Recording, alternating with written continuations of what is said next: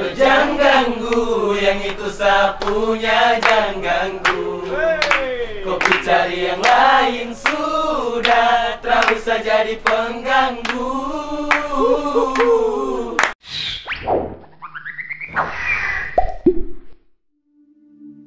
Ada satu momen menarik saat Ganjar Pranowo berkunjung ke Papua pada Oktober 2021 lalu.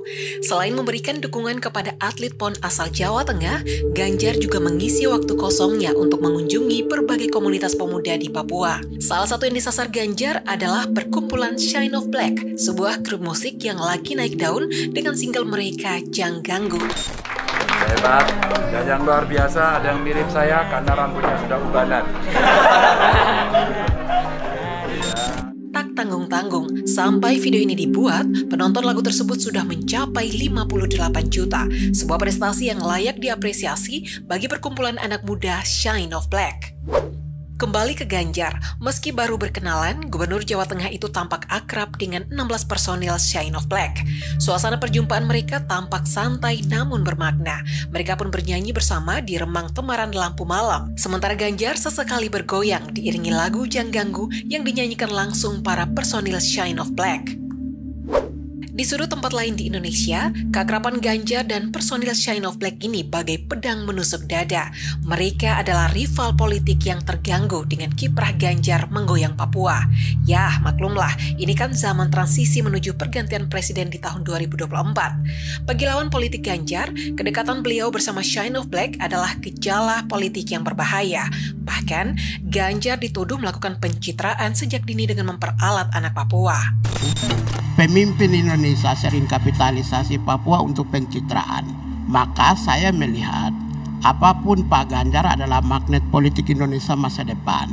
Musuh politik Ganjar memang banyak akhir-akhir ini. Patroli politiknya ke penjuru tanah air membikin kepala pusing lawan politik.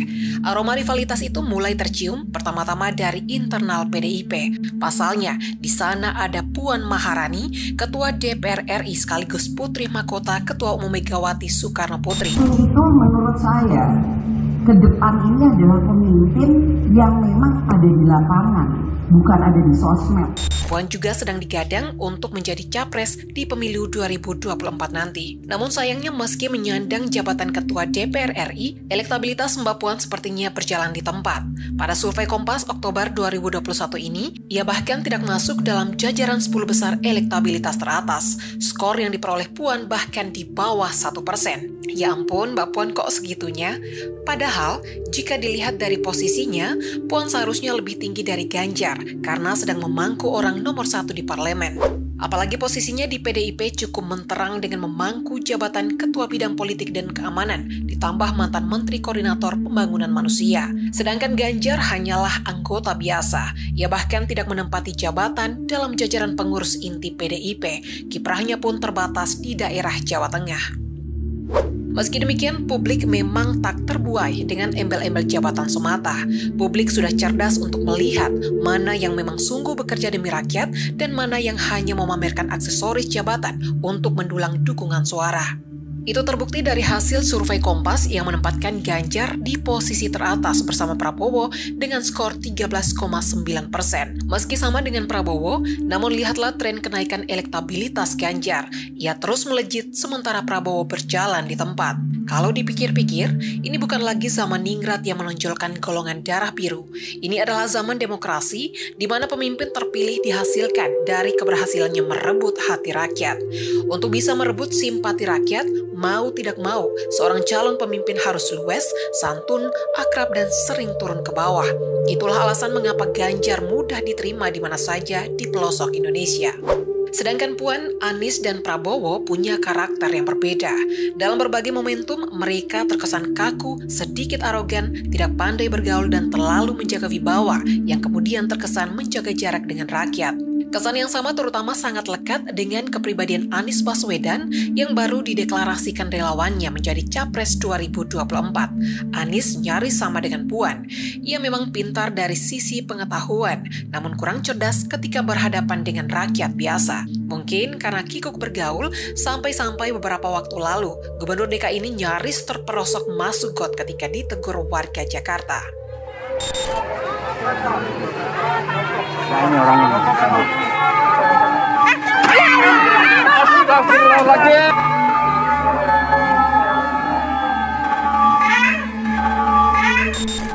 Dari penilaian karakter saja, Puan, Prabowo, dan Anies sudah kalah jauh dari Ganjar. Penerimaan Ganjar di berbagai kelompok yang berbeda suku, ras, dan agama selama ini sangat ditentukan oleh sikap dan karakternya yang lentur dan cepat adaptasi.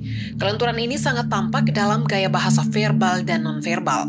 Bahasa verbal berkaitan dengan pilihan diksi yang mudah dimengerti dan sejalan dengan tren bahasa kaum milenial. Sedangkan nonverbal berkaitan dengan mimik, gestur, gaya busana yang kekinian namun tak mewah, senyum dan gerakan mata saat berbicara.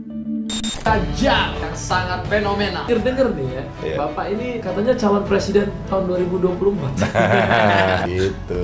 Itu boleh gak sih Pak ditanyain sebenarnya? Enggak, itu gara-gara survei aja. Iya.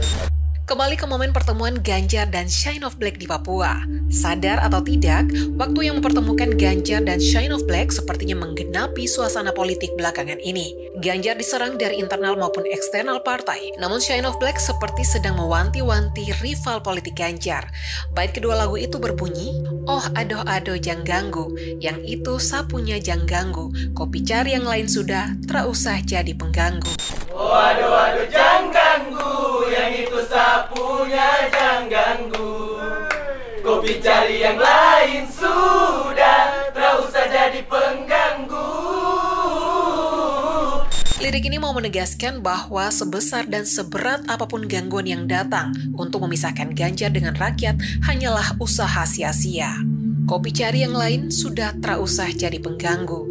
Dan mending kamu mencari yang lain, tidak usah jadi pengganggu. Lirik ini juga mengingatkan rival Ganjar bahwa di hati rakyat sudah punya pilihan. Jadi, daripada buang-buang energi, sebaiknya mencari yang lain saja. Keteguhan hati ini pun diperkuat pada bait ketiga, "Sasu stay dengan dia dari lama, jangko datang toki dan kopu drama." Sasu stay dengan dia dari lama, jangko datang toki dengan kopu drama. Saya sudah menerima dia sejak lama, kamu jangan datang merajut dengan kau punya drama. Lirik ini sungguh kejam karena tak hanya menolak rayuan baru yang datang, tetapi juga menegaskan bahwa rakyat sudah lama jatuh cinta dengan Ganjar. Jadi jangan mencoba datang merayu karena kami tahu itu hanyalah drama atau intrik politik semata. Jika diibaratkan dengan cinta sepasang kekasih, rakyat sesungguhnya sudah jatuh cinta berkali-kali ke pelukan Ganjar.